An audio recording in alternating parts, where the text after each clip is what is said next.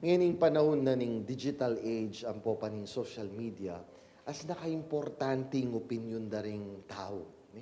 Anyapin na importante po tang ating kang pinost, ni po, dakal la ring mag-like. Ni? Pat sa ating kang video, dapat mag-viral ya. Ni?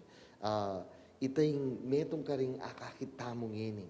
Pero, yung kakatamong ibanghelyo, tinyang paalala kay katamo na dapat libutad na ning matimbang la ding opinyon da ring aliwang tao.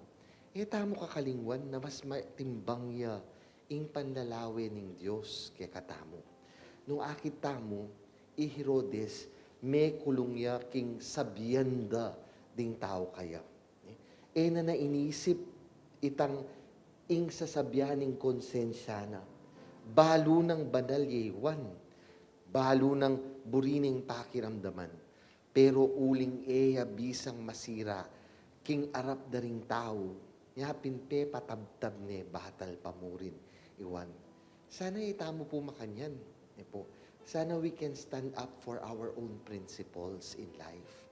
Agyang ning kay dating baging areti, ela siguro suportado da ring majority. Pero what's right and what's wrong in life is not about a question of majority wins. It is really what we really believe and what our principles are. Ito yung metong karing bagi, sana tamo kakalingwan king biyetamo. Tamo pagpalit rin kaya katamong prinsipyo, ing mayap ampo pang usto, ken mong sabyenda ding aliwang tao. Kadwang bagay dapat tamong lawin, yapin mo naman ngining aldong iti, pag masusyan tayo ing first Friday ning bulan ning Pebrero. At ing larawan na ning sagradong puso, payalala na ing lugod na ning hapong ginong kay katamo. Let us not forget that the deepest and most important appreciation and affirmation must come from God. Agyang ning kayi ding aliwang tao aliwala ipunyon. Ning kayi ding aliwang tao aliwala sa sabyan. Tandanan tamo nung mayap at masanting inggagawan tamo. Agyang alang aliwang sasabi kay katamo, if we really believe in the love of God for us, then we must continue doing what is good. Whether it be popular or unpopular. Tamo kailangan magbase mo ketang burida ring tao.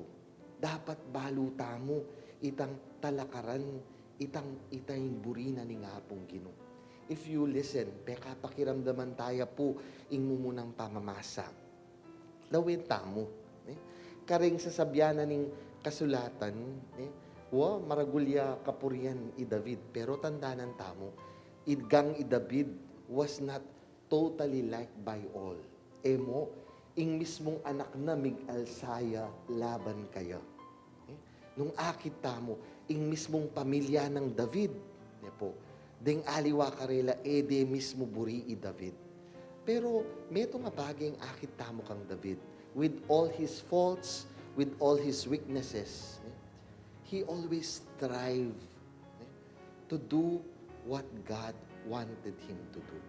Itay meto nga bagay akit tamo na ing mumunang diling pakikuana ng David, sana itang agawana, itang kaburyana ning hapong Ginoo. Anyapin, akita mo agyang burining patalakad ing templo, anyang sinabi na ning propetang aliwai kayong patalakad king templo. David gave way. Siguro, nung kening panahon tamo, siyempre importante, sabihan mo ka rin tao, o ako yung pepagawa ka niya, na ako yung pepagawa ka niya, agawa ko nga nini.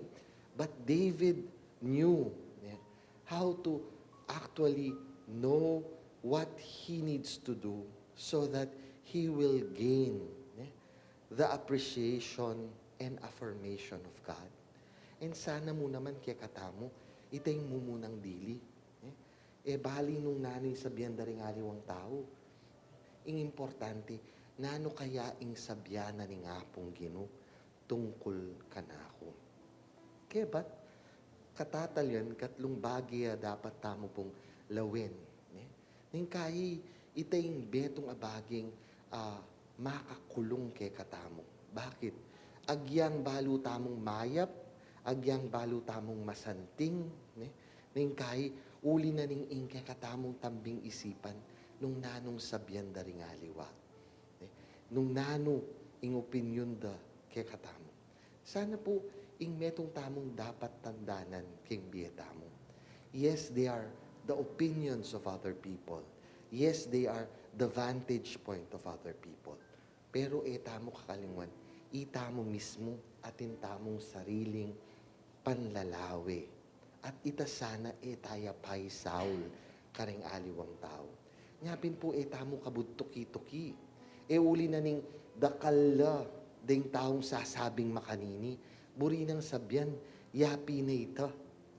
Ning kay po, yan yung metong akakita mo. Uling opinion da. Inikano, masanting yan. Pero pwede yung masanting para karela. Pero naman applicable keka. Anyapin dapat, balo tamong lawin. Taya papa ilalam. Yung katamong sarili. Uli namong sinabi da ring aliwa. O nung naning sabyanda. Sana, balo tamo lawin. Because in the end, God created us as individuals. The unique way that we are is what God wanted us to be. And so, let us not forget that uniqueness. Let us not make it under or subservient to the whims and comments of others. Because in the end, God loves us for who we are. He made us who we are.